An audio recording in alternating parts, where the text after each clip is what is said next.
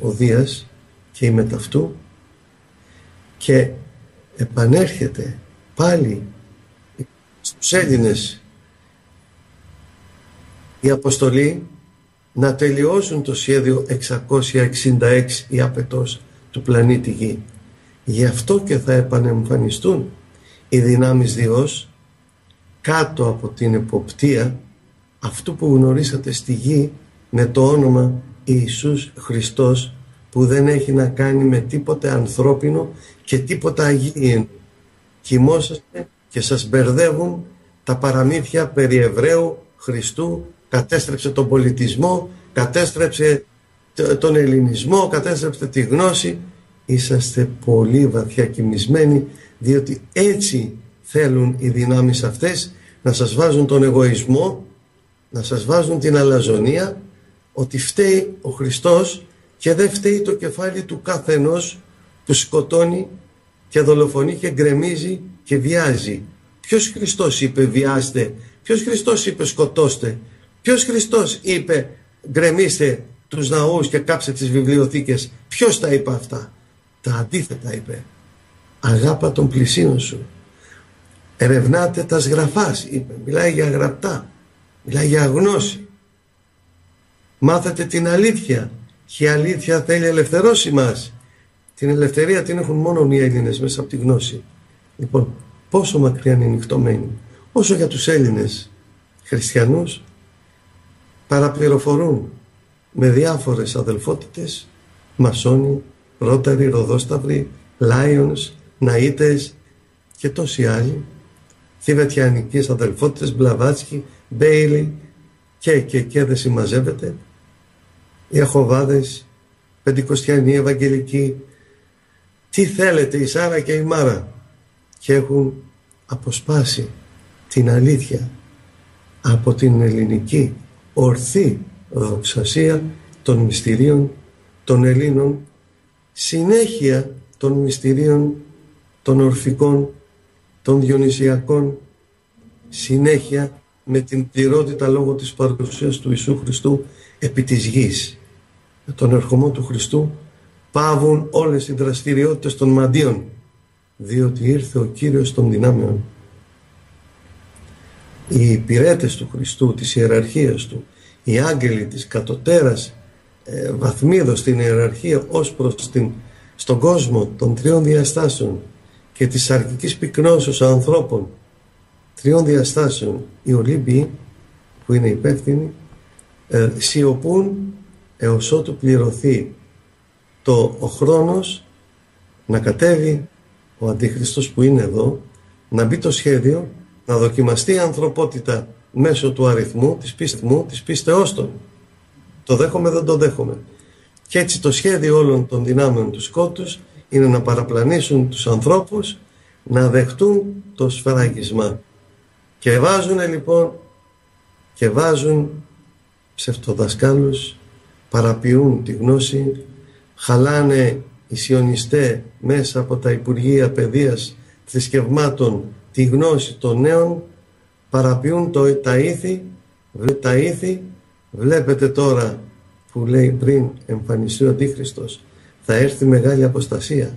Η μεγάλη αποστασία είναι να μην υπάρξει, να βρωμήσουν τα ιερά από τους ρασοφόρους και η ανθρωπότητα να μπει σε έναν εξευτελισμό ήθους που στην αρχαία Ελλάδα αυτά ετιμωρούνται με θάνατο. Τόσο ειδικοί ήταν οι Έλληνες. Και μιλάμε τώρα ότι ψηφίστην όμως στην Σουηδία να αυνανίζονται δημοσίως. Πάει το ήθος της ανθρωπίνης υποστάσεως και αξιοπρέπειας. Στη δε Γερμανία να κάνουν πορνεία με ζώα και τόσα άλλα.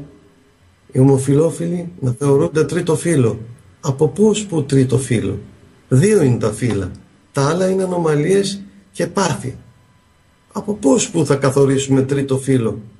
Επειδή ο ένας θέλει την ανομαλία του και τον ικανοποιεί, θα βγάλουμε το Θεό ψεύτη και τη φύση να την κάνουμε παρά φύση και να πούμε τρίτο φύλο? Και το έχουν περάσει τέλεια μέσα και προσβάλλουν και τον άνδρα και τη γυναίκα και το άραν και το θήλυ. Τι τρίτο φύλο?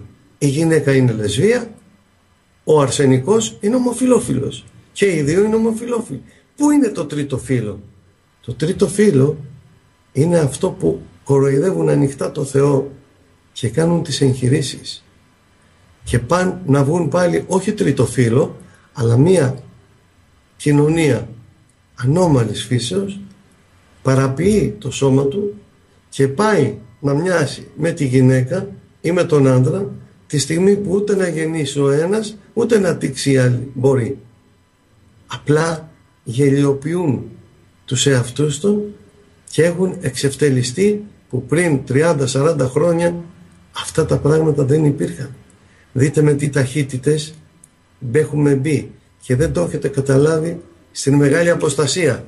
Οπότε αν θα έρθει ο Αντίχριστος θα είναι έτοιμος ο κόσμος μέσα από την πορνεία και την ακολασία να τον λατρέψει, γιατί θα δώσει και άλλες ελευθερίες αυτούς. Μέχρι να πηγαίνει αδελφός με αδελφή, γιος με μάνα, πατέρας με την κόρη. Θα τα δείτε πολύ σύντομα, θα βγουν νόμοι τέτοιοι.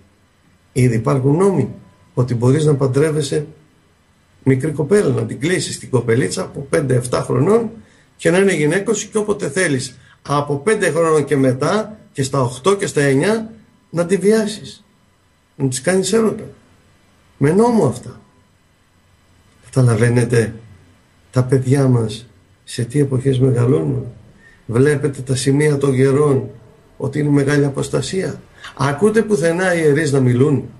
Ακούτε πουθενά οι ιερείς να λένε μη λάβετε το χάραγμα? Ακούτε πουθενά? Όχι. Μόνο 1-2 άγιοι μοναχοί απομακρυσμένοι να είναι ευλογημένοι εκεί που είναι και τους χλεβάζουν και τους κοροϊδεύουν και αυτούς. Βλέπετε λοιπόν ότι η σιωπή του ιερατείου είναι η αποχαλήνωση των ανηθίκων συμπεριφορών της ψυχής των ατόμων. Πού είναι η ταγή αυτή? Σε λίγο, όπως είπαμε, τα νεογέννητα θα σφραγίζονται. Ποιος μιλάει? Κανένας. Τι θα πει? Δεν θέλω να σφραγιστεί το παιδί μου. Πάρ' το και φύγε, θα σου πει. Πήγαινε και γέννα αλλού. Λοιπόν, έχουν μολυνθεί τα ιερά. Ευτυχώς που υπάρχουν ακόμα ιερά και ιερείς που τελείται το μυστήριο των μυστηρίων, η Θεία Ευχαριστία. Αλλά πολύ σύντομα, όταν τα δύο Πάσχα θα γίνουν ένα, καθολικοί με ορθόδοξους, θα γίνουν ένα, τότε μακριά από τα μυστήρια δεν θα είναι πια μυστήρια της Ορθοδοξίας, θα είναι μυστήρια μη γέννητο, μην πω τη λέξη, μακριά. Θα ενημερωθείτε όμως γι' αυτό, διότι αν ο Πάπας και ο Βαρθολομαίος ενώσουν τα μυστήρια και κοινωνήσει ο Πάπας από δισκοπότηρο, όπως του είπε το άλλο το ερπετό στα Ιεροσόλυμα ο Αθεόφιλος, ο ψευτοπατριάρχης, λέει άντε και κοινή Θεία Κοινωνία από δισκοπότηρο, και γελάγανε. Βέβαια, οι δαίμονες μπροστά στον Πανάγιο Τάφο του Χριστού διακομωδούν και χλεβάζουν το μαρτύριο του Ιησού και τα μυστήριά του για να κοινωνούν και οι δύο αιρετικοί όντες από το μυστήριο το οποίο θα φτιάξουν αυτοί μαϊμού. Αυτά τα βλέπετε, τα παρακολουθείτε για να δείτε σε ποια εποχή είμαστε, πόσο κοντά είμαστε σε γεγονότα. Ως προς τα σημεία των καιρών που λέτε. Έχεις κάτι, μιλάς? Όχι, Παναγιώτη. Κάποιος ρωτάει εδώ πέρα αν μπορούμε να αποφύγουμε τη συντέλεια του κόσμου. Τι μπορούμε να κάνουμε για να την αποφύγουμε? Δεν υπάρχει συντέλεια του κόσμου πουθενά. Δεν υπάρχει συντέλεια του κόσμου. Συν και τέλος πάει να πει είμαστε κοντά σε ένα κλείσιμο κύκλου. Τέλος, τέλειον πάει να πει κλείσιμο κύκλου. Δεν πάει να πει καταστροφή και εξαφανίζει το πλανήτη της Γη. Μην βάζετε τέτοιες σκέψεις στο μυαλό σας και αυτοί που βάλεστε αρνητικά και σας πιάνει κατάθλιψη. Δεν υπάρχει τέλος. Το τέλος με την έννοια του τέλειου. Κλείνει ένας κύκλος και μπαίνει ένας άλλος, αρχίζει ένας άλλος. Τέλος χρόνου, δεν λέμε στην τάξη. Τελείωσα την Πέμπτη. Του πας τώρα θα πάω Έκτη. Επειδή τελείωσε την Πέμπτη δεν υπάρχει άλλη τάξη. Επειδή υπάρχει λέξη τέλος. Το τέλος είναι ολοκληρωμένος κύκλος. Μάλιστα. Η συντέλεια του κόσμου, αναφέρεται κάποιος, θα γίνει μόνο στη γη ή σε όλο το σύμπαν? Εσείς κοιτάξτε το σπίτι σας όταν καίγεται και αφήστε τα σπίτια στην Αγγλία. Εντάξει. Κάποιος άλλος ρωτάει, εμείς θα πρέπει να είμαστε συγκεντρωμένοι μόνο στην Αποκάλυψη του Ιωάννου ή μπορούμε να ακούσουμε κάποιες άλλες ρίσεις από κάποιους Αγίους, κάποιους προφήτες?